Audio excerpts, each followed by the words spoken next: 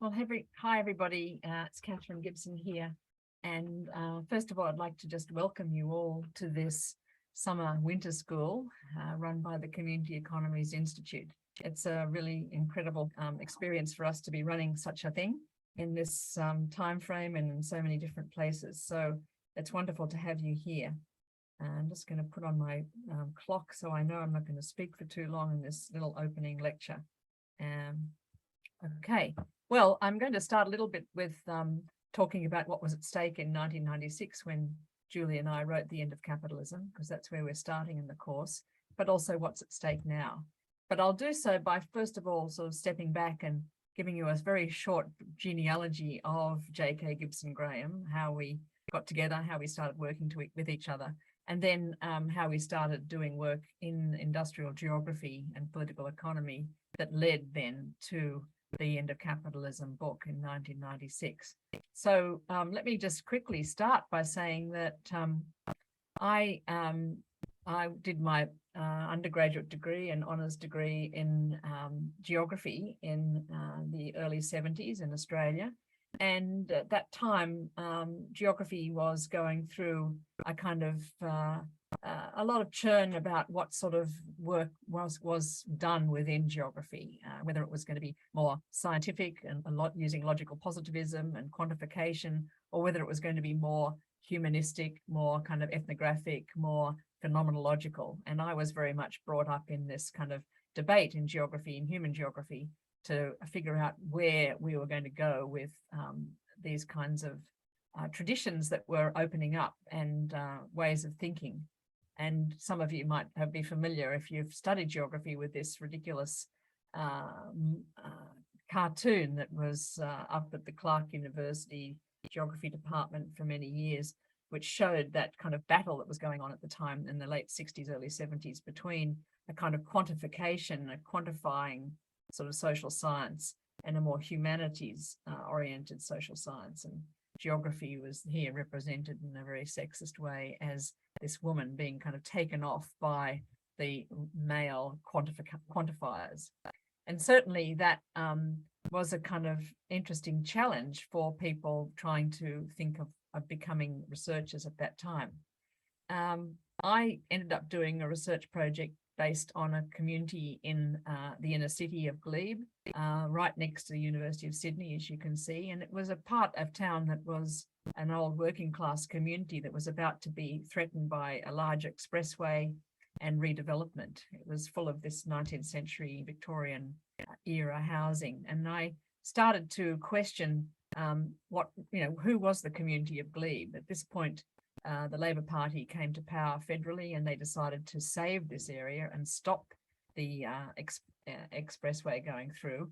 And so I started to say, well, who is this community? And I hung out in a very kind of more participatory oriented, more phenomenological way with older people who'd grown up in this area for generations as working class inner city residents to try and see to what extent they wanted this place to be saved. At the same time that I was working on this from a kind of very sort of what I saw as a very humane, soft kind of approach, not at all interested in quantification, there was a big struggle going on in Sydney around this very thing of expressways and redevelopment, taking away working class communities. So on the sides of my research was a major social movement, the Green Bands, which started to radicalize me, I think, as I was thinking about these communities.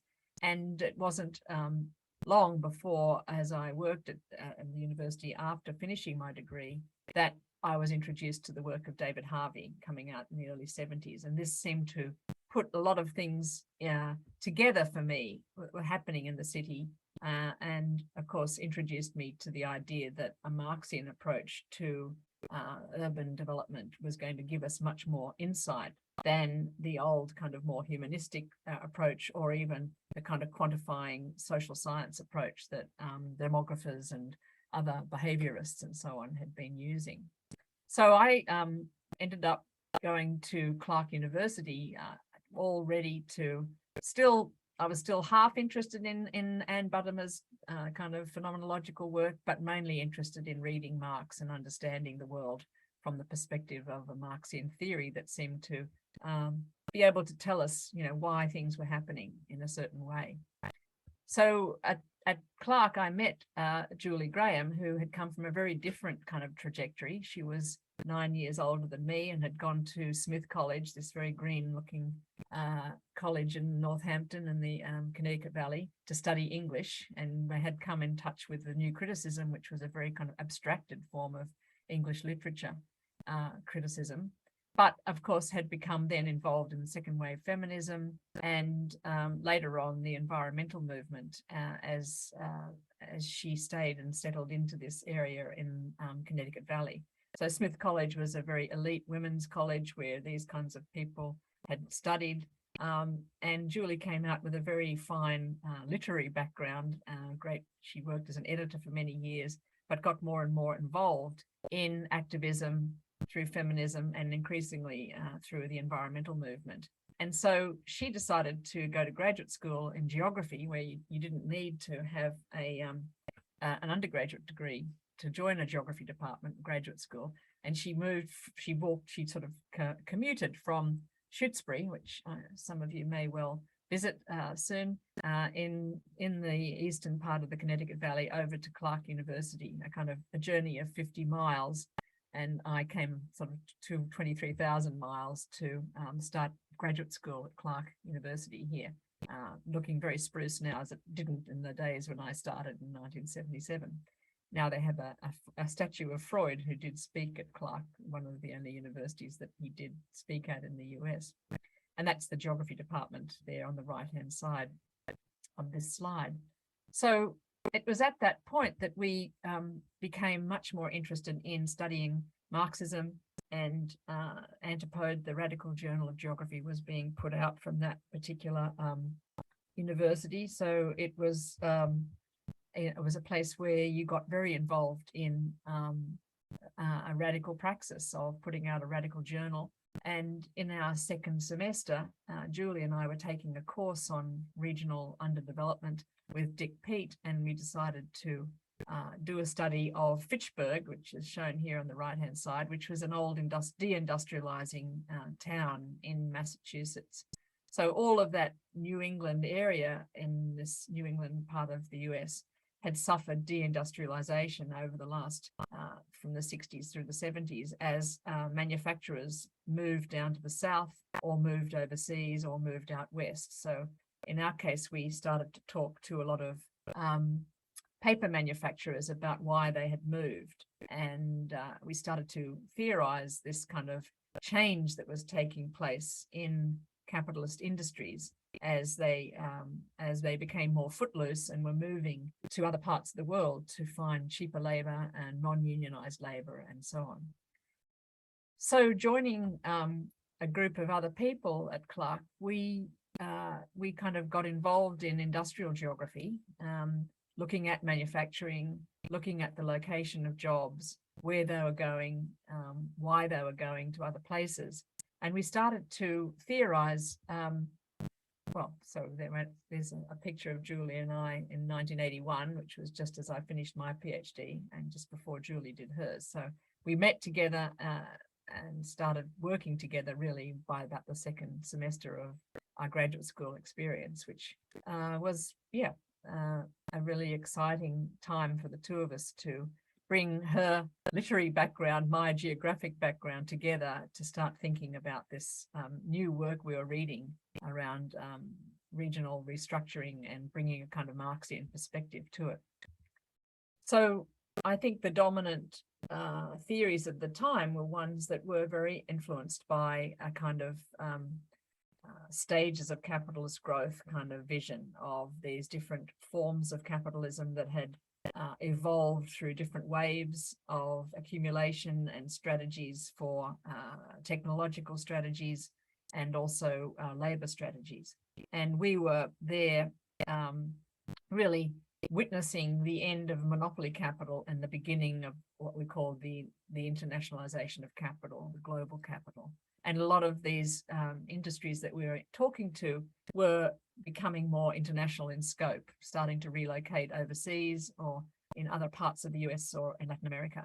So our research group started to think about these changes, these restructurings that were happening. And we started to realize that there wasn't, just because there was a new version of capitalism emerging, this global capitalism that started to organize itself in a very different way, it didn't mean the end of these other variants of capitalism, like old competitive capitalism, or even in some cases the forms of monopoly capitalism, which had used scientific management and Fordism and worked with a segmented labor force to try and divide labor and make sure there was a very highly paid sort of skilled workforce and an underbelly of very unskilled and underpaid workers.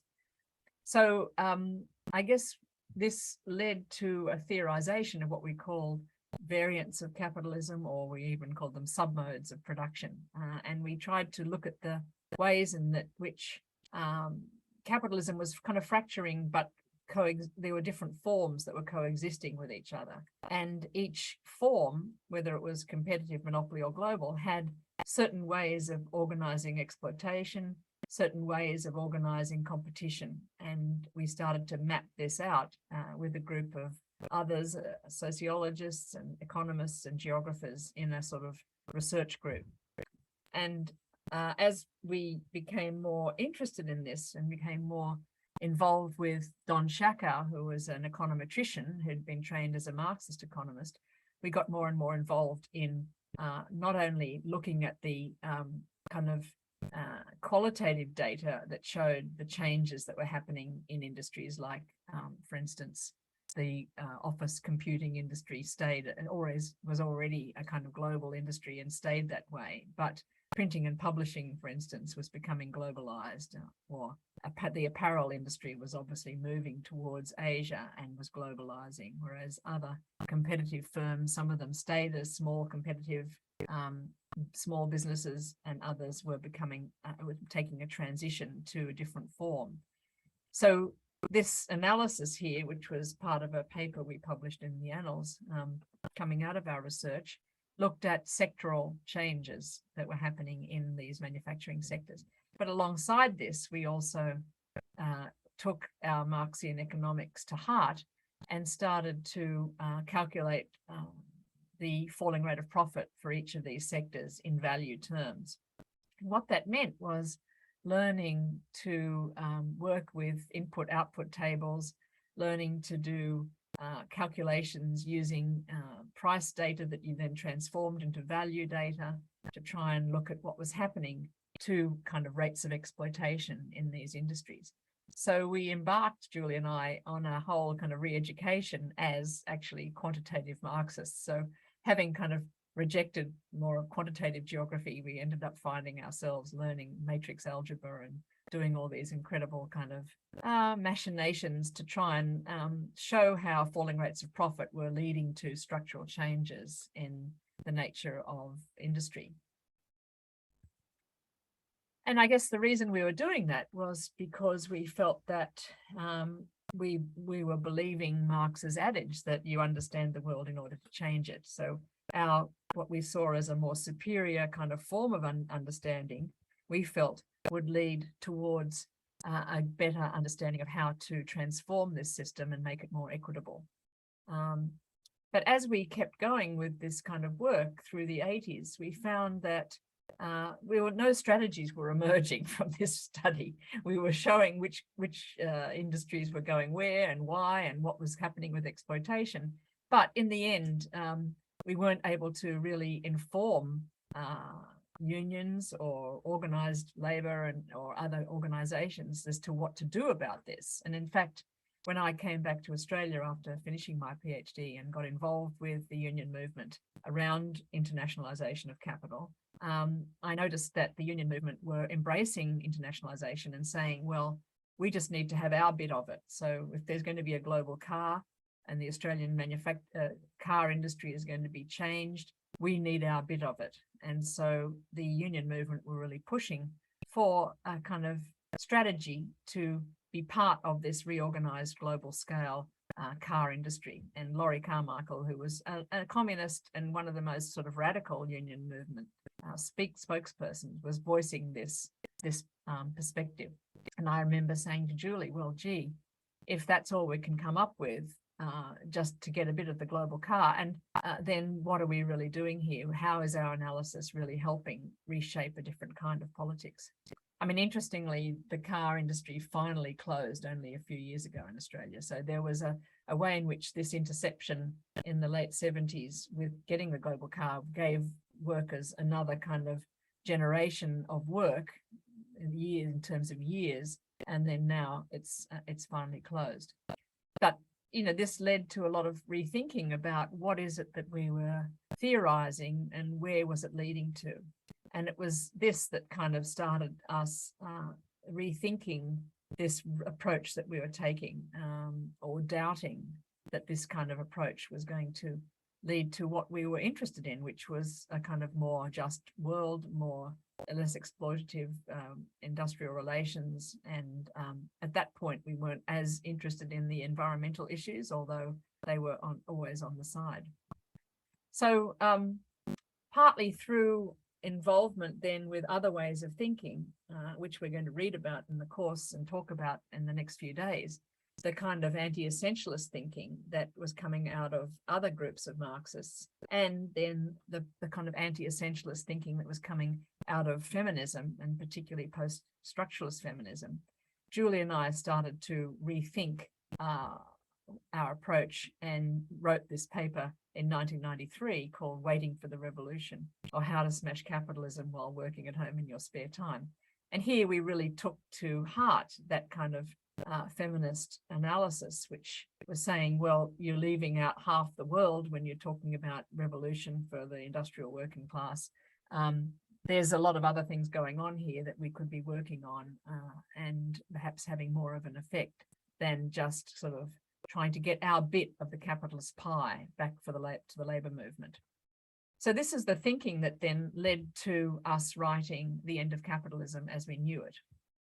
And its subtitle, A Feminist Critique of Political Economy, is a play on Marx's Capital, which is a critique of political economy. And that first version of the book in 1996 really kind of had that sort of really strong, heavily masculinist Marxist sort of look about it, I think, where we did have Sisyphus rolling capitalism up the hill, but always coming back down to kind of be needing to be rolled up again. The sort of thinking that we're doing was just in a do loop. It was just really helping us understand capitalism more and more and add to its generative properties rather than actually thinking beyond it. And a number of years later, a Turkish translation of The End of Capitalism came out. And here we were, I think, quite intrigued by the imagery that was used, which was of the machinic capitalism gobbling up the earth, and us as the small feminist David and Goliath sort of pitching our stones into the works to try and make it dysfunction. But I guess what was at stake for us here was the fact that the politics that was emerging from our theorizing wasn't a politics that seemed to be leading to a transformative vision of the world. It was actually more of the same.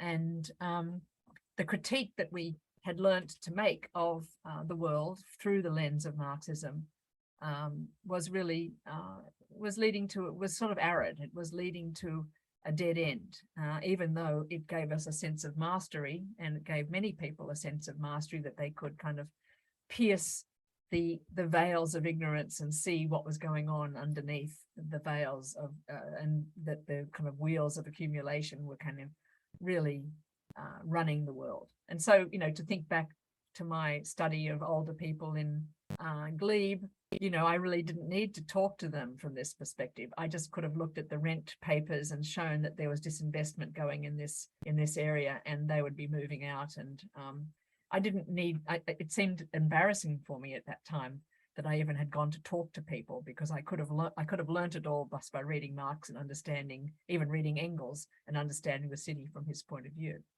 So by the time we had thought through this and got influenced by other forces, other intellectual forces, I realized that kind of that kind of thinking wasn't helping.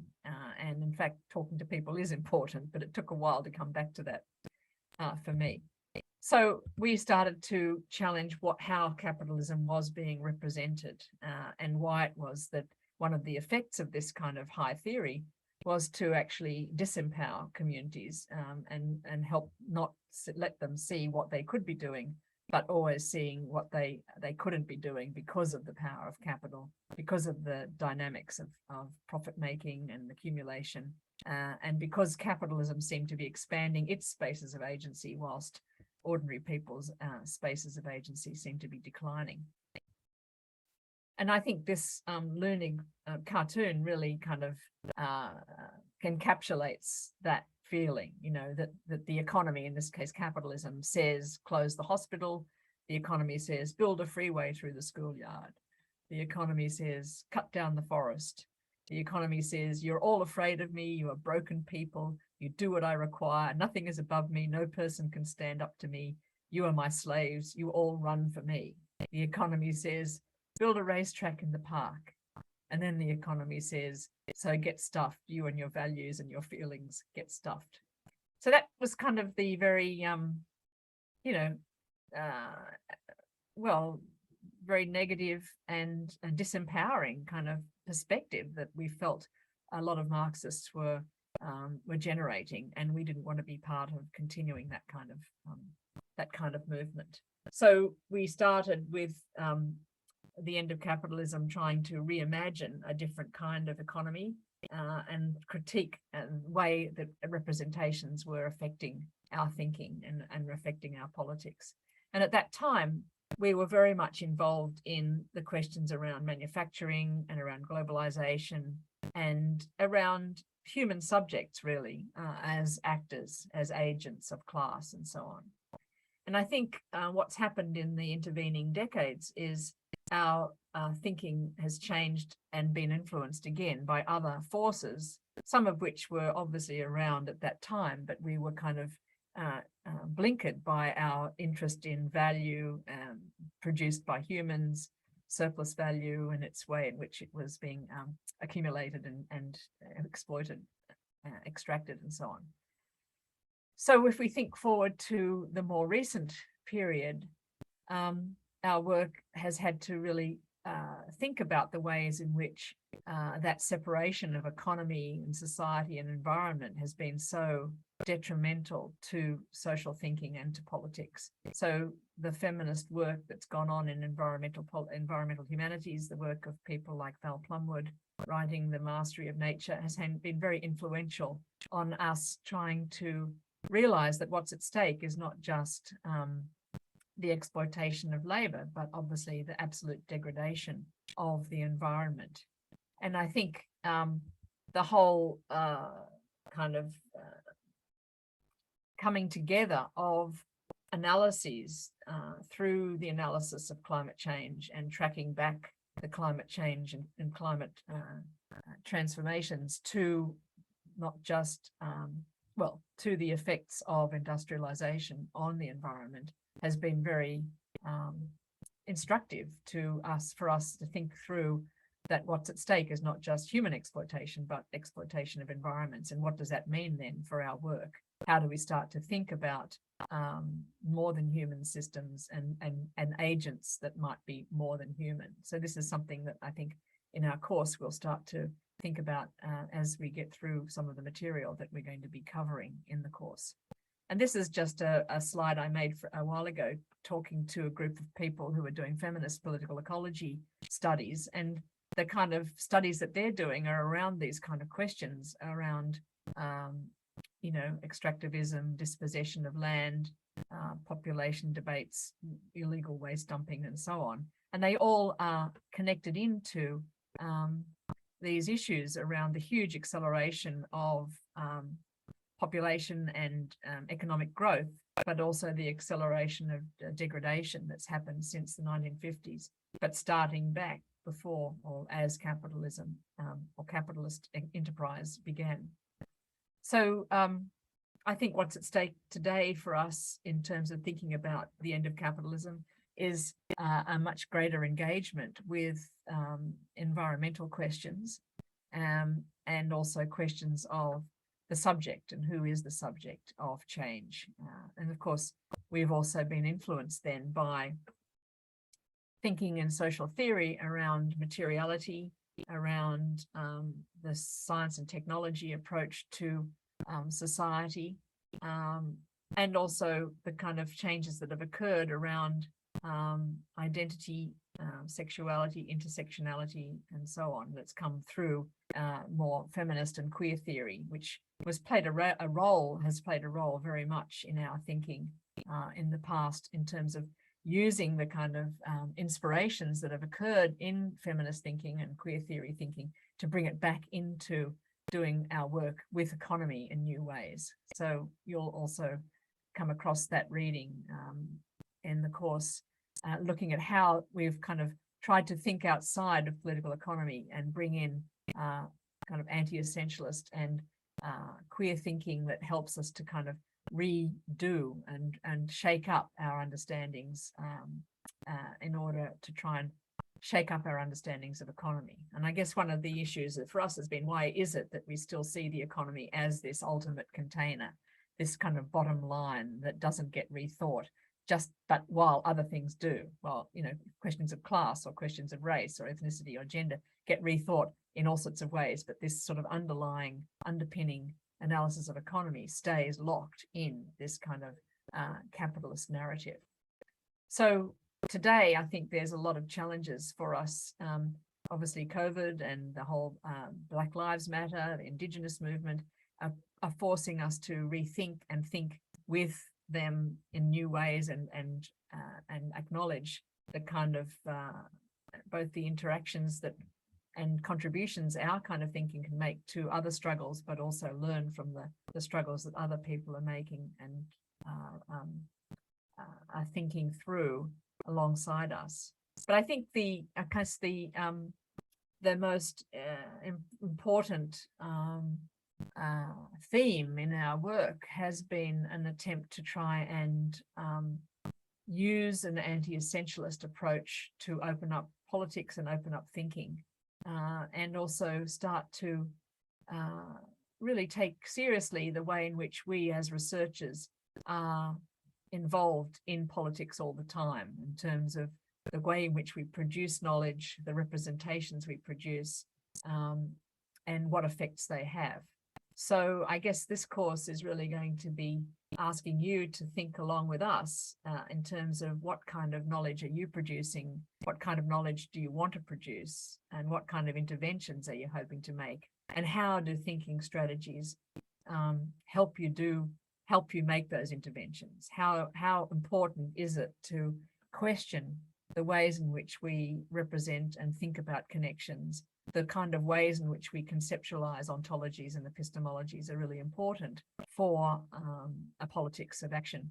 And I suppose that's really, there's been many different iterations in our thinking, both Julie and myself, but also with the Community Economies Collective, in how we have started to shift in making knowledge, making interventions, and hopefully making a difference.